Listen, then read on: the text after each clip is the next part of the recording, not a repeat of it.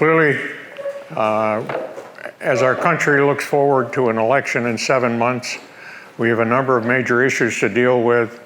One of them is hopefully the reason you came here today was to listen to a discussion about the history of immigration in the United States and the other issues or factors which contributed to the major changes in our approach to migration and immigration. This is not to ignore the factors leading to major problems in foreign affairs, but today let's focus on immigration and the immigration and naturalization history. Clearly, our country's been schizophrenic as it deals with immigration. We started out as a colony of the great Empire of Britain in the 1620 time frame. 150 years later, we created our own country. And in that time, there was only one requirement for people to become citizens, and that's they were white. And so from 1790 until the Civil War amendments in 1869, the only classification to become a citizen was to be white and apply for it. Prior to 1970, anyone could become a citizen. Several other factors impacted the national view towards citizenship. Obviously, one of them was we were a white Anglo-Saxon Protestant country. The power structure was white Anglo-Saxon Protestant. And from time to time, as Catholic groups migrated, and I'm sure you can recall that in 1848, we had 1.5 million Catholics emigrate from Ireland because of the potato famine. We then had a civil war, which cost us 600,000 plus, some say 700,000 young men's lives. And so as the Industrial Revolution was beginning to take place, the shortage of workers, in part due to the Civil War, created a problem for people who needed labor help in one sort or another. Obviously, the railroads were demanding great amounts of labor to build the railroad lines across the country. The new industrial revolution was taking place and creating a need for more and more hands, both men and women. And so we had a period in the country's history that caused a push-pull effect in terms of immigration and migration. Just a note, one of the differences, and we'll talk about Latin America and Central America at the end of the discussion here, and give you some, at least my views of how we have arrived at these kind of problems. But our approach to the migration from Europe, particularly Northeastern Europe, in the pre-colonial times was basically a British/German approach, and it's called settler colonization, which meant that our colonists basically brought their women with them, so that we had, in many respects, although there are some exceptions, we had families who came over and were willing to do the work required to find a place to live, to find a job. But the settler colonization meant two things. One, we had to deal with the question of the people who are already here. And I will certainly not spend much time on it. There's a classic story from Will Rogers, who was a comedian, humorist in the 20th century, who said, and he was part Cherokee Indian, he said, "My folks were on the dock to welcome the Mayflower when they came in." So we had an issue of what to do about the Indians. The other issue, which again, I'm certainly do not have time to deal with, which is equally important, was the question of slavery.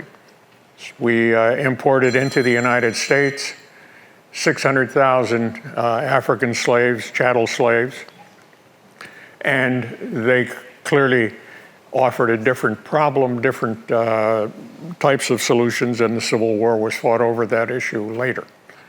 But today, the settler type colonization had a very different impact here than perhaps when we look at Central America or South America, because the Spanish and Portuguese people normally didn't bring their women when they came. They colonized and then married with indigenous people, and so the Latin America color line, so to speak, compared with ours is very different. In Latin America, the color line applies only to economic status. The more wealthy you are, the higher up you are on the chain. In our country, we all may remember there was a one drop of blood rule in place for almost 200 years in this country. So, as we come out of the Civil War, the demand for more and more labor increases, and problems in Europe, which had started certainly in the revolutions of 1848. A lot of Germans came out of that particular calamity. And then the Irish came with the potato famine. The Civil War reduced the able-bodied men available to be workers in the burgeoning industrialization period. So we then basically approached the 1890s, and an additional factor is there were plenty of people in Europe, particularly in Eastern Europe and Southern Europe, Italians, Slovaks, and Russian Jews, who were all being pushed out of their homes for one reason or another. The pogroms in Russia against the Jews, the crop failures, and many people in southern Italy were living on the edge of famine for any number of years. And so all these folks were looking for a place to go. We were looking for workers, and a shipping industry based in Hamburg, Germany, the Hamburg American Lines, and in England, the White Star and Cunard Lines, all developed a business of transporting goods from the United States, lumber and foodstuffs, to Europe, and they brought back passengers in steerage for very, very cheap prices. And so we, in the course of the period from basically 1890 to the First World War, 1914, we had an enormous flood of immigrants. That enormous flood in the tens of millions caused trepidations among the power structure in the United States, the white Anglo-Saxon power structure. The additional factor was, in the world of philosophy and academics, in the late 19th century, the whole issue of race and racial determination was becoming much more in vogue. The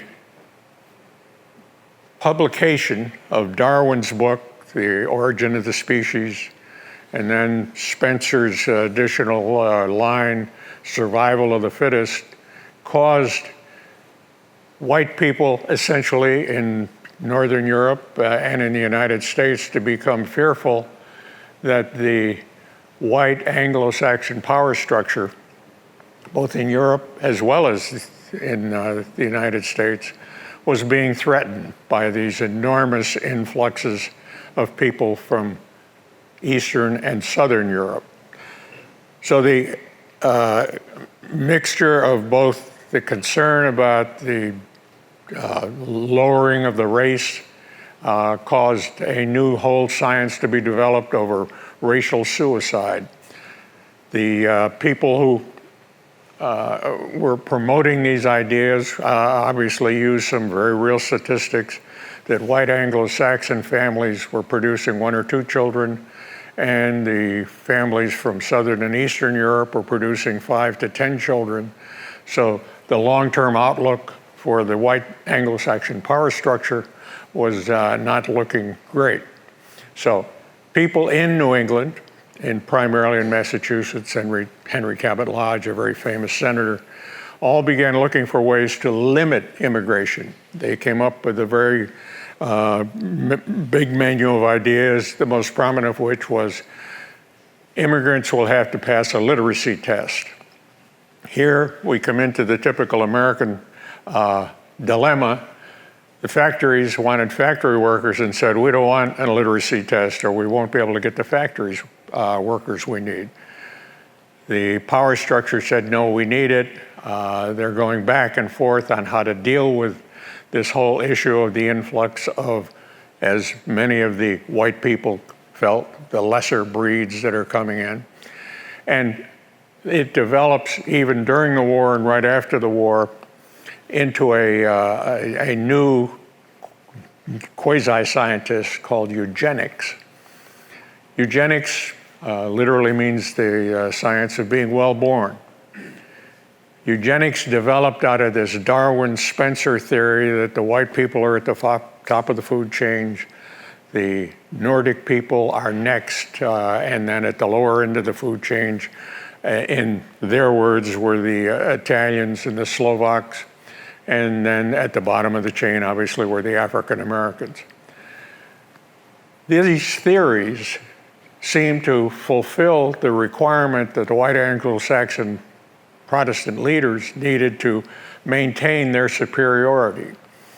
So eugenics, which I'm sure some of you have heard of, became a dominant theory in the pre-World War II and even into the later period following World War II, when people were using these scientific conclusions to basically justify doing things to limit the number of people who are from these lesser places. And I mean, there are certainly some almost comical aspects to a very, very serious, grim subject. The Eugenics Association was formed out of the American Breeders Association. It had been an association to breed horses and cattle, and they used the same logic to come up with the Eugenics Association to breed people. You may laugh and say, hey, this doesn't make a whole lot of sense. By 1929, 29 states in this country had passed laws that allowed the state to conduct involuntary sterilizations, to basically do what we later criticized the Nazis for ultimately doing, racial sterilizations.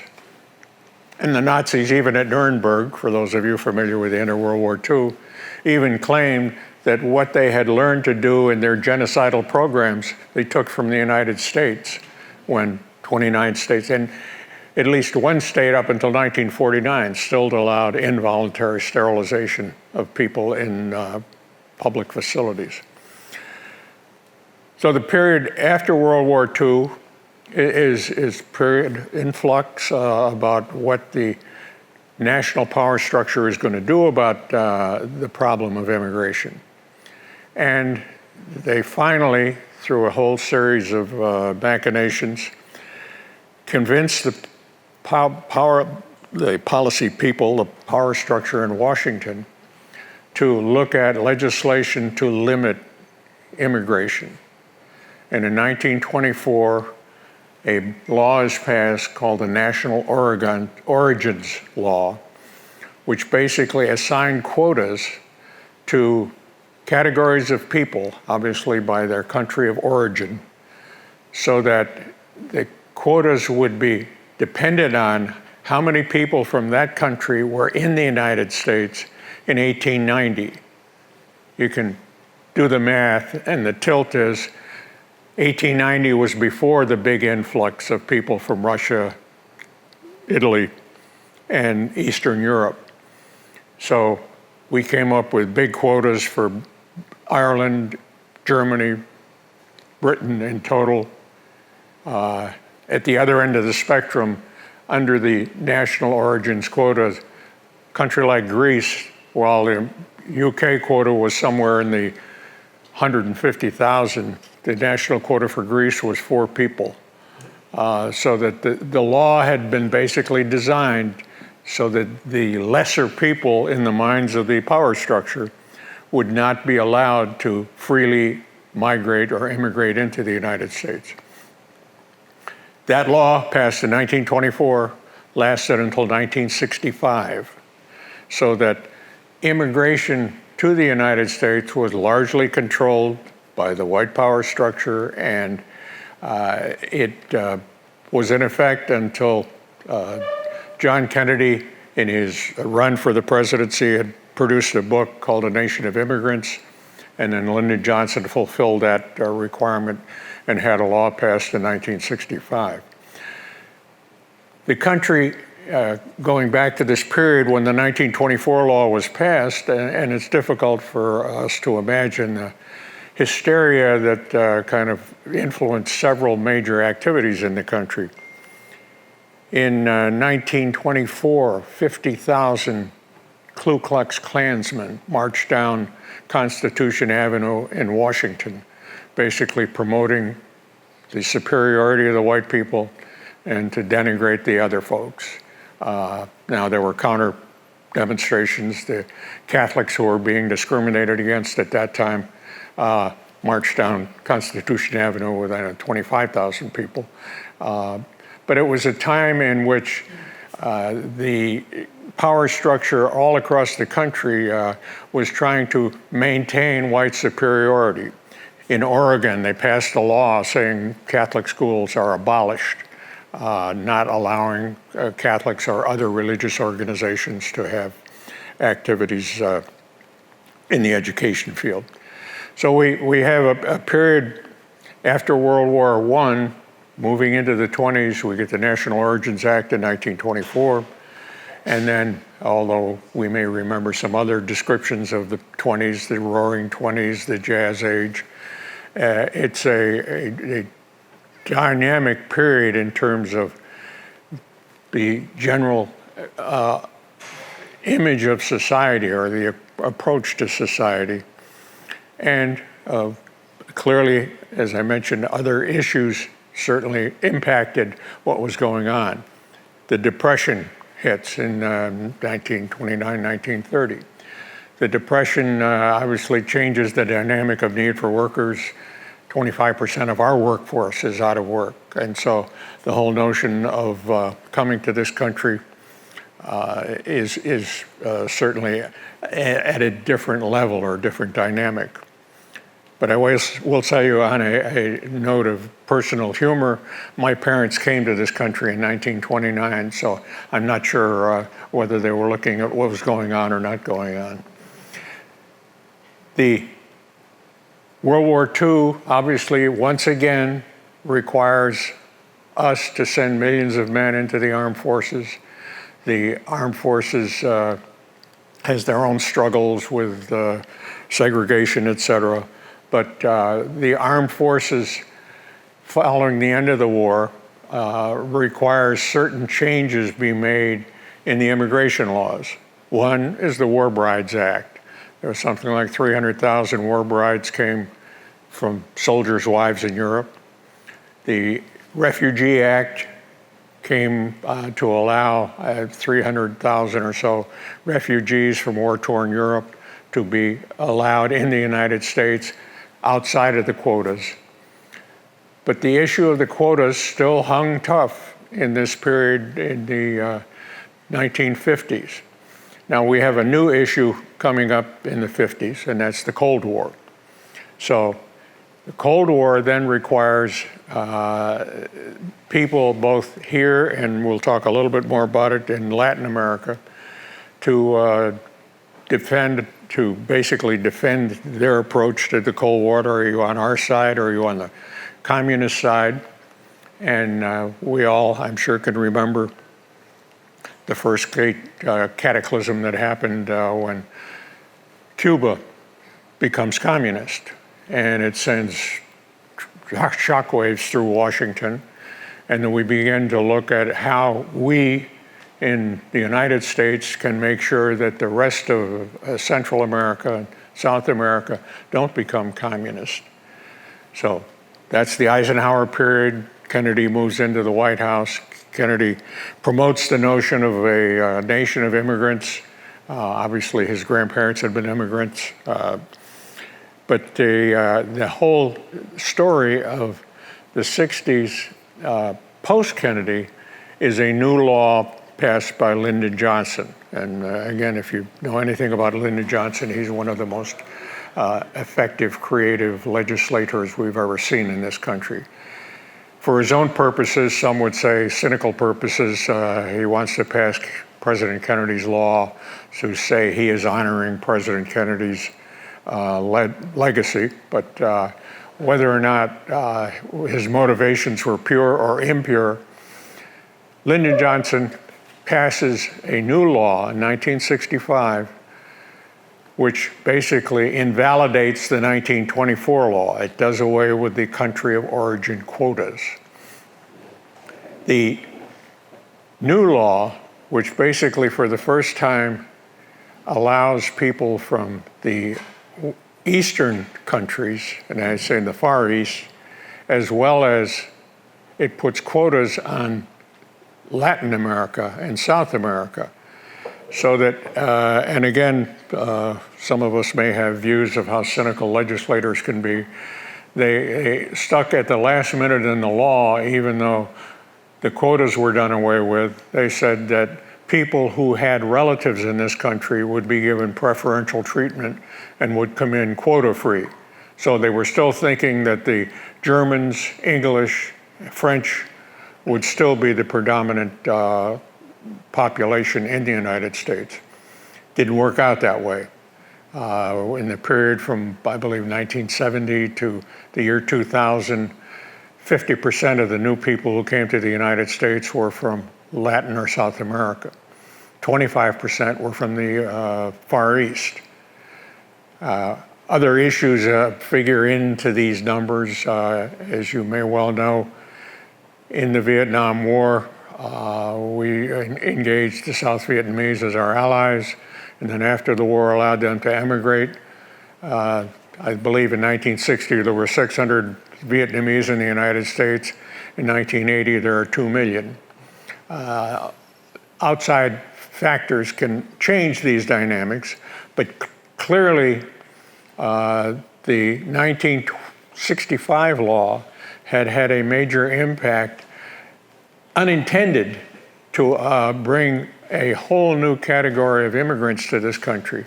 And again, we'll proceed to the end here shortly about where we are today. But the unintended consequences were millions and millions of Hispanic folks. We also received people from East Asia and South Asia. And the incentives were working the wrong way in some people's minds. We got, I believe, 75,000 doctors who are from the Far East or from India. We created incentives for whole groups of people to leave where they were badly needed to come to the United States, obviously for economic reasons. And so the 65 law in large part backfired. And it's one of the laws that is most directly responsible for our problems today. We've got problems today at our border. We have, literally millions of people who want to come north for whatever reason. But prior to that, at the time of World War II, for example, when the old law, the 1924 law, was in effect, for example, in 1940, New York City was 91% white. In 1970, New York City is 40% white.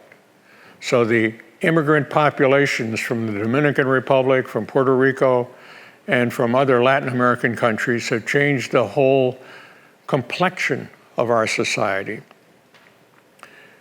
The power structure in Washington, looking at the failures of the 65 Act, tried to come up with ways to resolve some of the inequities.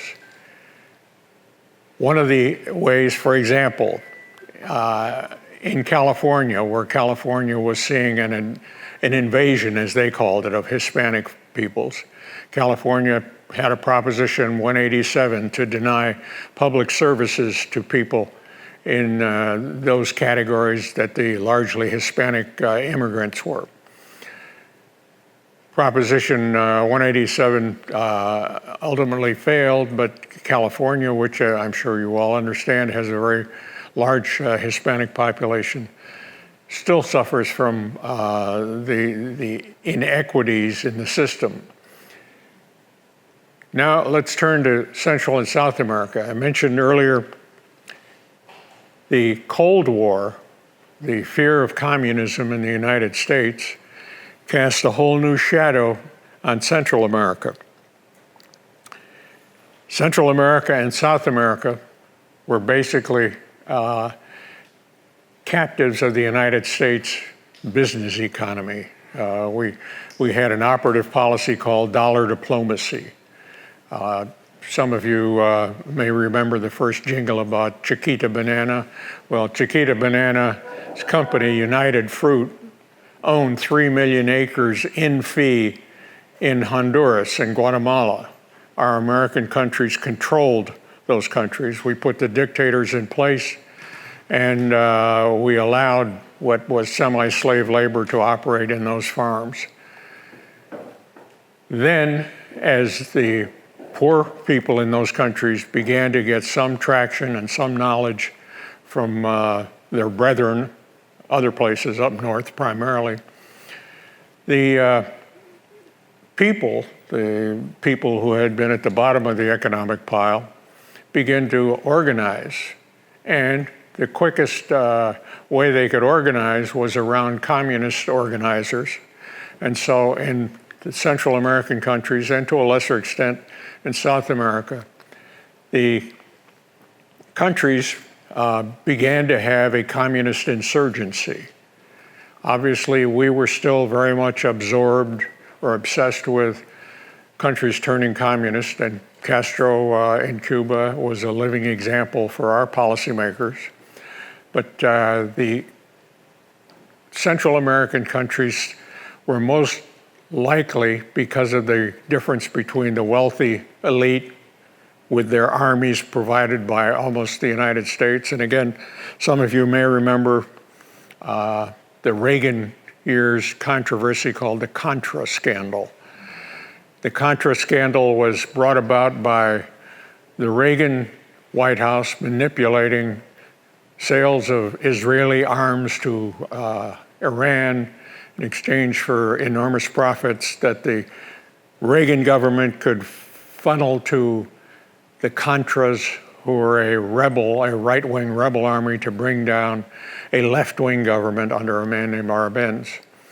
So, in general, the United States was very, very complacent about supporting dictators in a number of places: the Dominican Republic, Guatemala, Honduras, Brazil, Argentina, although Argentina switched on us halfway through that.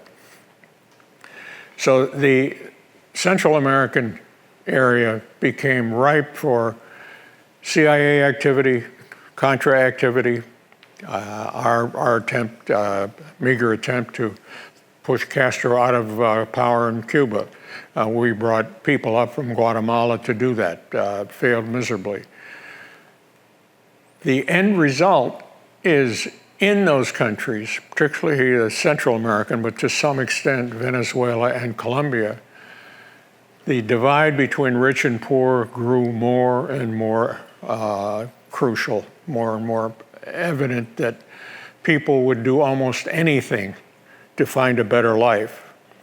And I mean, one of the clear ironies is, for example, in Venezuela has enormous oil reserves in Lake Maracaibo. And our national governments, and not just the Biden government, but its predecessors, have basically tried to figure out a way to justify buying Venezuelan oil cheaply, even though Venezuela is run by a dictator, the second dictator in a row, Chavez and then Maduro. And they have looked the other way for buying Venezuelan oil. We have had a difficult time separating ourselves from the inequities in those countries. And so in the business of immigration, migration, there's always a push-pull factor. The push is, just like it was in jobs in the United States. In the same way, the push factor in Central America today are the killing squads, the right-wing armies that we support in every way possible to keep calm in the countries, but it's a push factor to push the poor people north. And obviously, we now have a crisis at our border in terms of how to deal with this issue. It runs counter to our basic philosophy, I mean, carved into the Statue of Liberty's base. You know, we welcome the oppressed and all the people who are basically in need of help. But on the other hand, we are not able, for very obvious political reasons, to deal with what's happening at the border. And I'm sure some of you know it's been almost 20 years since we had any meaningful legislation relating to immigration or migration, particularly from down south. Now, there's some minor immigration from Canada, and there's a fair amount of immigration under the quotas that come out of the 1965 Act. But the basic problem from down south is these people see the North American job market, to just point out one, as an enormous opportunity for them to change their lives. Because we are a divided country now, and we're divided on a whole series of issues, but basically on the issue of immigration, we're divided almost 50-50. The Democrats, in the jargon, for example, of past President Trump, the Democrats want to let everybody in. The Republicans want to let nobody in, according to the other side. And we seem to be totally unable to deal with the issue rationally. I mean, obviously, it's a tough problem, and it creates other problems. You know, you can come up with arguments across the board. Do immigrants help this country? And certainly immigrants take jobs that nobody else will do. I mean, how many white men have you seen walking around roofs around here putting on new roofs? They won't do those jobs. In the Midwest chicken factories and slaughterhouses, how many white men work in those places? They won't. They are Vietnamese, they are South Americans. So there is a sector of our economy which wants to basically invite more and more migrants to take the jobs that other people won't take. A different sector is worried about taking jobs away from Americans who do have jobs. And so the argument goes on, and clearly you look at the other factors. One side says the migrants basically overcrowd our schools. They don't allow the school systems to operate in any normal fashion. The other side, for example, I think it's in Ohio. Ohio last year took $180 million in taxes out of the migrant workers who work in Ohio. So we have almost a balanced argument across the board. The right wing said you ought to build the wall. The left wing says you'll let them all in. And it's a difficult quandary for us to be in. And I mean, there's cynicism on both sides. Former President Trump, clearly very much anti-immigrant, and yet where's his mother from? Ireland. Where's his wife from? Slovakia. You say, how does that quite match up with being totally anti-immigrant? But we have some basic quirks in our society that are very difficult to reconcile. But we started out with basically 1 million to 2 million people as an English colony. Over the next 150 years, we were allowed to live alone. Benign neglect was the term. we historians use for that period. Then when it became onerous, we became our own country.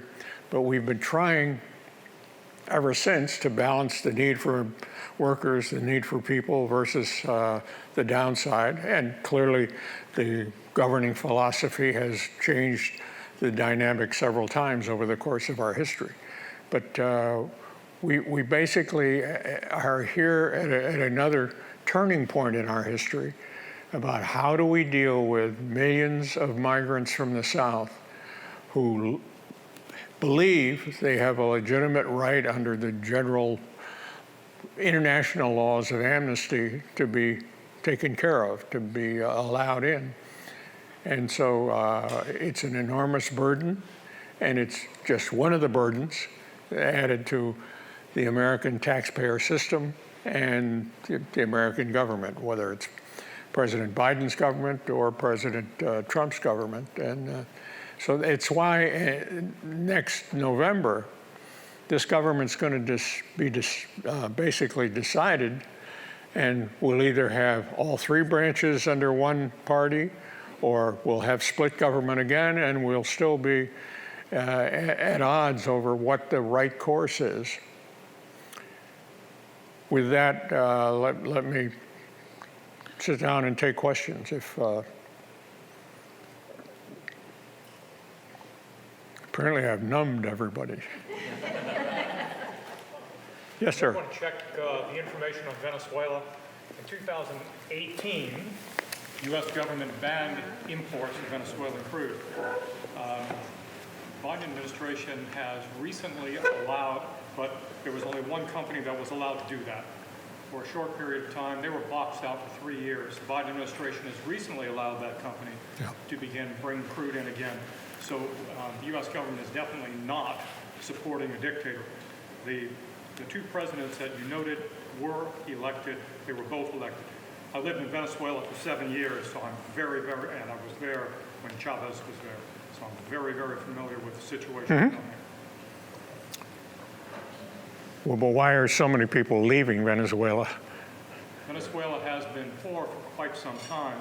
The sanctions that the U.S. put in place have actually sanctioned the Venezuelan people and the U.S. companies. That's who the sanctions have started. You can go to Caracas now, and you can buy anything you want with dollars. They have dollarized the economy. The economy is underground. The bonds can no longer be tracked. You no longer can find out who owns bonds. Venezuela is a very complex situation.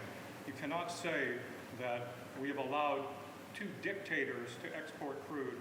That's just not right. Okay, point taken. Any other comments? So, yes. what do we have to do? I believe we need to elect a rational government, whether it's one side or the other, Some ideas. because we can't continue on in this almost period of constipation. We can't get anything done, and we will be affected by outside events, China, the Middle East. Chinese in. That was on the news last night. Oh, Now having Chinese immigrants. we're getting Chinese immigrants in greater numbers. Yes. So they can produce what we're buying from China now. They can just produce it right here. It's so easy. Yeah. Well, and Other comments. One is we could start following rules, like actually following the laws that have actually been passed in the executive branch. Number two, I take issue with your point about their jobs that white Americans won't do. What I would argue is, from an economics perspective, if you let in lots of illegal immigrants who have no recourse, they get taken advantage of by the corporations, so they can keep salaries depressed. Because if the salaries went up in those places, you would have more native-born Americans, whether they be black, white, Chinese, I don't care, would take those jobs. So I would say, to your point, I would agree, the power structure is trying to enforce a lower costs on their multinational corporations than the globalist empire. Okay. Yes, sir. I have, I guess, two things. I would like to say on a positive level, with the cup being half full, and everybody sitting in here and having their own view, how could we, because see, I'm a social justice member, and I like to keep, I know that we all might be frustrated with maybe a rigged government or a corrupt government or a systemic government, but as each individual sits here, what can we positively take from this speech that you gave us, primarily directed on immigration? How can each one of us impact, like a suggestion you can give? And I mean, I guess that would be something that could be beneficial, you know, on the cup is half full. That makes any sense. It might not be the reality we're all looking for, but I think working together, you know, one person at a time, might be something good we can all leave with. Point well taken. I mean, the simple answer is either vote Democratic or vote Republican, you know, pick one, because if we continue to have a 50-50 split, we're not going to get anywhere on these issues. And they are mixed. Again, some places the migrant help is paying a lot in taxes. They may or may not be impacting the social service in those particular locations.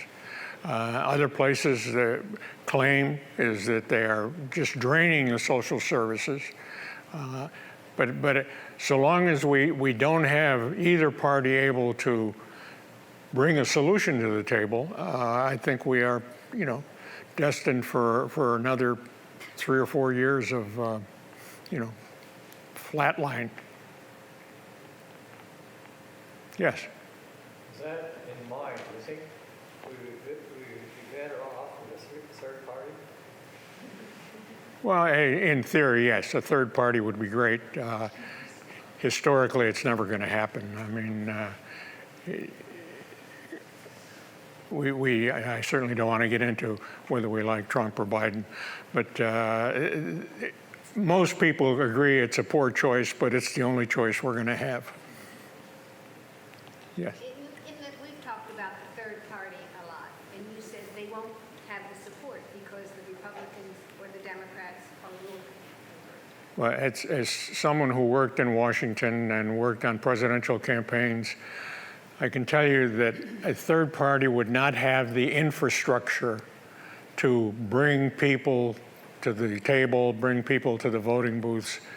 I mean, unless you've been involved at the local level, it's very difficult to understand that if you want to win in the United States, you've got to have an organization in all 50 states. The organization has to be effective. And you know, one of my observations over many years in politics, it's hard to get people involved. And I mean, Joni and I have worked at the polling place down the street, I think 4 times. The last 2 times we said, look, get somebody younger, you know, you don't need people in their 80s to work at the damn polls. And they said, but nobody will come. Young people don't give a damn about what's going on.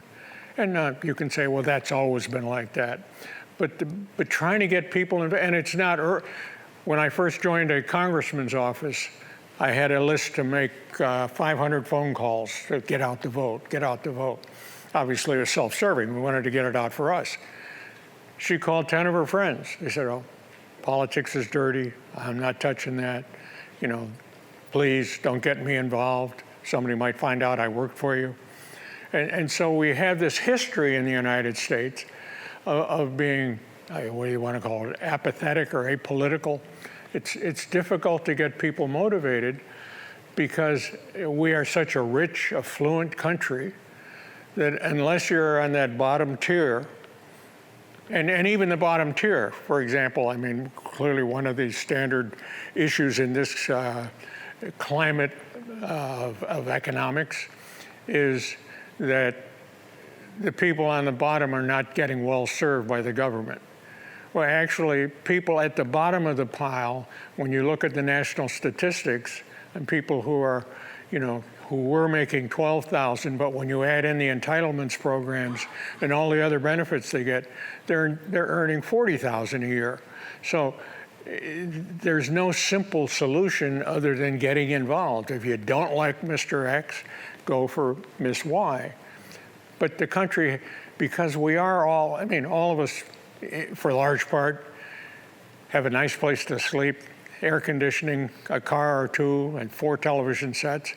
And so it's hard to say, oh, I'm hurting. And you can read on, Fox News, the world's going to hell in a handbasket, and say that's really terrible. But what do you do about it? You complain to your partner who's sitting next to you, but do you say, hey, what can I do to help? Where's the Republican national headquarters? Where's the Democratic national? Where's the local Harris County Democratic headquarters? I mean, most of us couldn't tell you. And so my simple answer is get involved. And, years ago, people would say that the same thing, well, what can I do? Give somebody $10, give them $100, give them whatever you got. Politicians need money to run.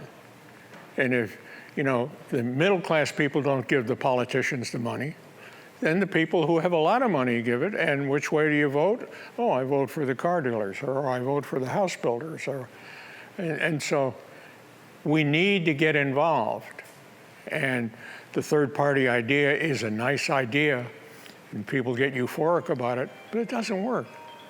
I mean, the only time you had in 1994, the Dallas entrepreneur got 20% of the vote, and he spent $60 million of his own money, which today would probably be about $200 million, and he got 20% of the vote because the infrastructure dominates our political system.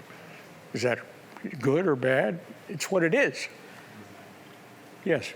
I just want to say that I've had an experience with young people in the current electoral season who are so energetic about electing a person or persons that they are a member of.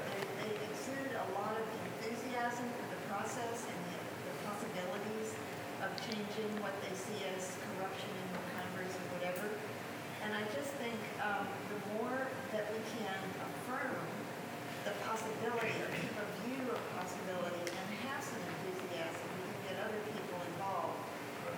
When I went to a rally with some of these young people, and I was just so inspired, remembering how I used to be when I was younger, and knowing, it didn't change the realities of what may happen, but I think that at a level which is a different human level than rational calculation of what is going to happen, but more of a unified emotional level that, I'm going to believe this and work on it and share it.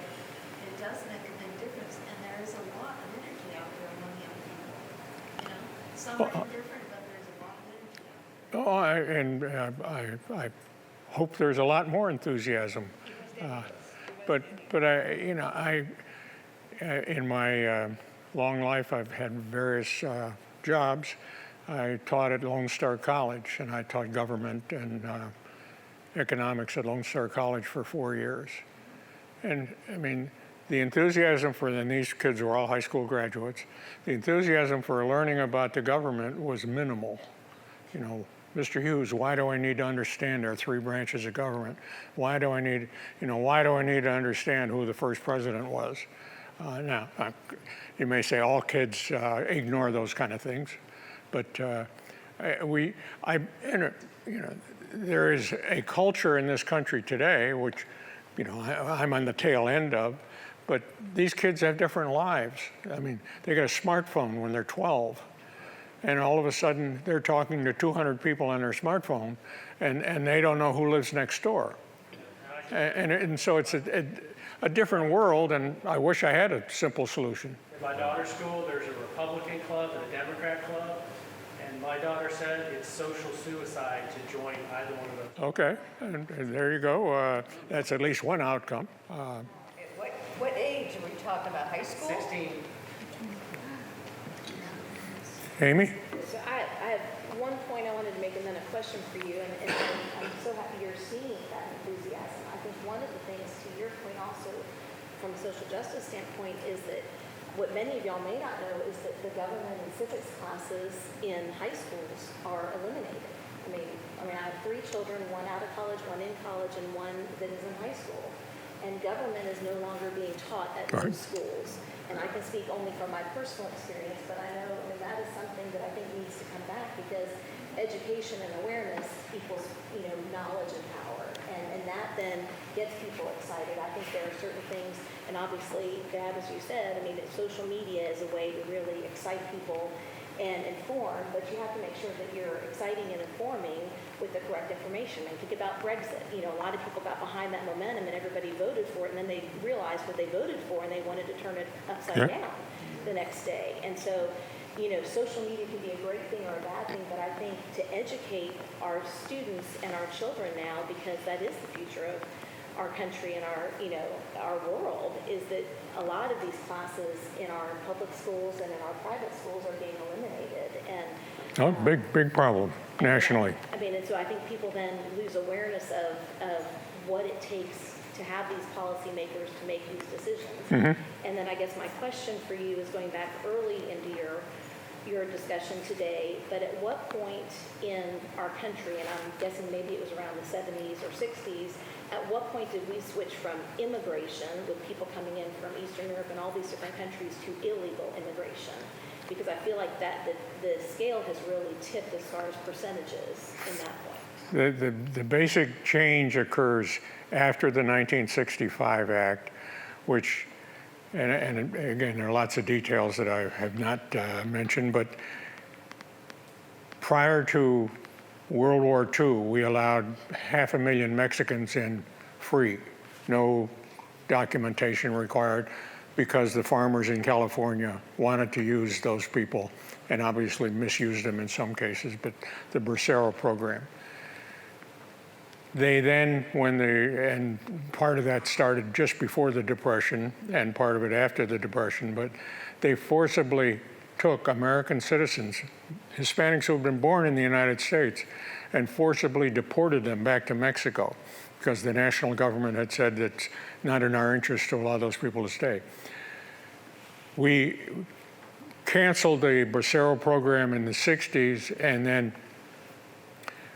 what at least my understanding is, because of the affinity for family connections in particularly California and the border states with Hispanics living here, and the birthright citizenship of other Hispanic children, the ease with which the illegals came back and forth across the border it actually increased enormously. And our immigration service has not seemed to be adequate to the task. And I will say personally, the notion of building a 2,000-mile wall, it just seems, silly to make it absolutely impenetrable. You have ads from the French before the Second World War, or the Great Wall of China. Walls are an interesting concept, but they don't work. And the problem is we're a magnet for these people who need help, and they're being driven out of their own country. One of the things that I would hope whoever is elected would start working with the Central American countries and Venezuela if need be, but to begin to work on their problems so that people don't want to leave. People would have some incentive to stay in Guatemala, Honduras, Nicaragua. But and clearly Kamala Harris, early in the administration, she was given an assignment, go to Central America and see if we can solve some of those problems. I don't think she's been back since, but the question of how to solve those problems, is a joint effort by the United States and those governments. Yes, ma'am. Why do you think that in the current political situation, people meaning the electorate as well as government, as well as the elected officials, are so opposed to incremental change. As you've illustrated, it's such a complex issue. It has to do with geo-business, global business. It has to do with international relations. It has to do with enforcing our own laws, like, the immigration laws on the books, and maybe crafting new legislation that fits more in the current time, since none has happened in many, many years that's substantial. Like, why is there such opposition to not having this vision of fixing everything all at one time, but starting somewhere? No, it's a good question. It's just hard to get people to give up, and go back to the 90s.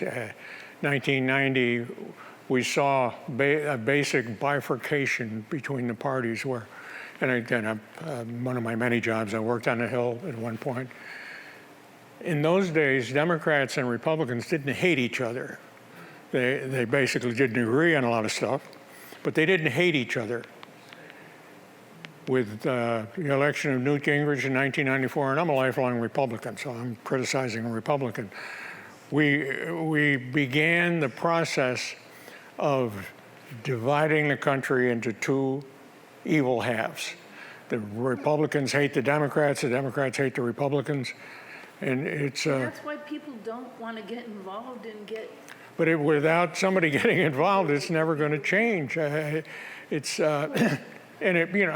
for example, HISD. HISD is got 200,000 kids. HISD has major problems in meeting the bare minimums for academic qualification. I wouldn't say academic excellence. And so the answer has been, in our country, lower the standards. Grade inflation or grade distortion. We seem to be, getting easier and easier on what seems to be an adequate rule. I know that didn't answer your question, but... Yeah, it's just like we have to start somewhere. Well, I agree. Have an imperfect solution, see what works, what doesn't work, like, the whole Johnson 1965 thing went against the intention of it. So you're going to have to come back to stuff. Well, and somebody's got to work on it again, or fine-tune it again, and begin coordinating all the different factors that are at play. And it boggles my mind that people can't. But the gentleman back there mentioned his daughter thinks it would be sudden death to join one or the other parties, because then nobody on social media would, be your friend or be your whatever. Maybe,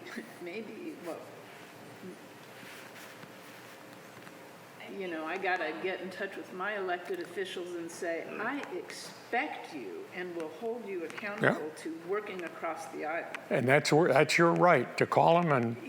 that's like, I expect that. You don't do that, you're out. I'm not voting for you next next time. I'm not voting for you. I think if we look Marina? back, Pardon? real quick, if we look back in history, some of our strongest days seem to be, for better or for worse, after World War II, when our service members came back and they had, best friends that they were with throughout the war. And I don't think too often they talked about whether their families were Democrats or Republicans.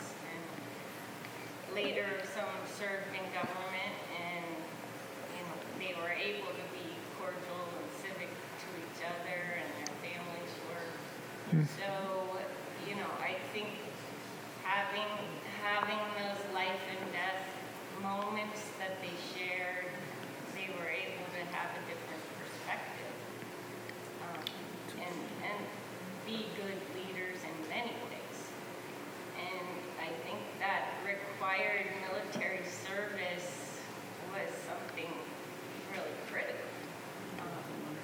So we don't like the idea, but going back to those really impactful decisions, that's kind of one singular way you get. Vote means your life, take it a little more seriously.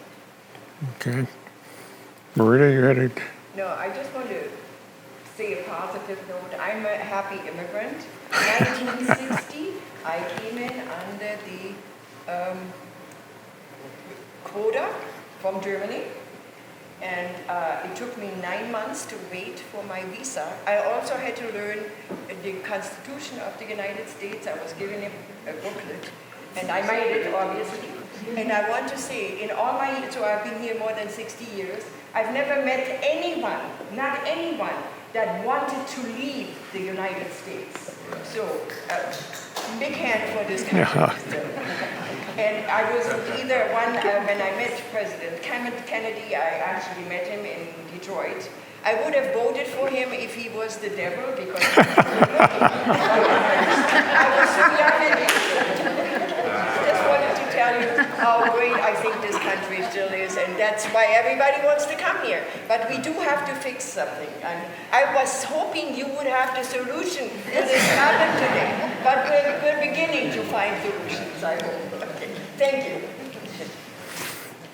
And way in the back? Ultimately, yes, I do have a comment. And yes, I've heard, and I apologize for the rudeness, but yes, I've heard all of your opinions about the younger children. And I repeat myself, I am 14 years old. 14. And just saying, don't look down on the younger people. There are some out here who are quite that, what you think they are. And also, by the way, don't underestimate them. I am a 14-year-old homeschooled girl who does not like HISD. Yes, they are flawed, but yes, they're also raising children. And I like your opinions about the involvement. Somewhat involvement. It's not starting somewhere. It's starting sometime. And it has to start, in my opinion, now. Social media, as all of you know, is mainly controlled by Democrats, or the leftists. And as I know, I know a lot of people who actually watch CNN, ABC, 1, 3, I don't know, I forgot what it's called. And because of this, the social media bubble that surrounds people my age makes them all leftists, along with Democrats, as they support LGBTQ. Republicans support this as well, they're just less loud about it. Democrats, as I've seen it, some of them are two-faced snakes. The Republicans at least don't lie about their flaws and hate people. Choosing one of these evils isn't a good choice here, but we still have to do it. It all depends on whether or not my generation is going to choose whether or not they're going to choose the lesser of two evils, or they're going to choose to start a new way. Well, thank you. I think you're right. Well, the difference between when our parents, when my parents were growing up, and today, the civility has changed. But the one thing that you've mentioned so many times is, don't you realize how large this country is? And if you say you want to start someplace, it is so enormous. Even with the immigration laws, when you read the paper, and oh, whoops, so many of them just rushed in. Where did they go? Whoops, I don't know. People pass it on because it's so enormous that the guy in charge of that little area, he'll do his best, but it's enormous country. And that's the dilemma on the one hand. I mean, we have 330 million people. If you take a country like India that has a billion too, and they're a little smaller than we are. The cynics say there's a lot of room in the United States for immigrants. The people in the United States say not in my backyard, not in my street. So it's a conundrum that only can be solved politically. I mean, the alternative is certainly heinous. I mean, armed revolt or shooting in the streets. I guess I meant that the government was so large rather than the country. The government is large. I mean, we have 3 million people on government payroll. When you say, well, that's breaking the law. Whoops, and then you roll around it, nothing. Then you're on to the next subject. Well, but politically. Well, and ultimately, talking about government, the things that happen in this country and the fact that, laws aren't being enforced, one can cynically say that what is happening today is exactly what the government wants to have happen. Right? So there's different cynicism from, Republicans want cheap labor for the, multinationals. The Democrats want to do a replacement and bring in a new voter base to fill the cities up and maintain their power hold on cities. So at the end of the day, it always comes down to power and money. And I don't want to bore you to tears, and I'm sure some of you understand the term administrative state. I worked for the Interior Department. I was the chief budget officer. We had 70,000 employees. Every one of them thought their requirement was to send a piece of paper up to me to say, work on this, work on that. I grew up in upstate New York. I was asked to go to Denver to visit our office out there. In Denver, we had 12,000 employees, and I don't know, what the hell do they all do? But the government has grown, by both Democrats and Republicans. And on the one hand, you can say, God, we had to cut it up. Trump, the candidate, is now saying, I'll eliminate half of them. It's an easy phrase to say. Problem is you can't do it legally. And our government has grown exponentially because, in part, different parts of our nation want government services to provide to them. Starting with me, Social Security. Other people say, gee, Social Security's bad, it's going to go away. Other people say, gee, I work for it. So we have 1,000 different issues. And anyhow, I think our time is up. I appreciate you all coming, and I hope we learned a little bit.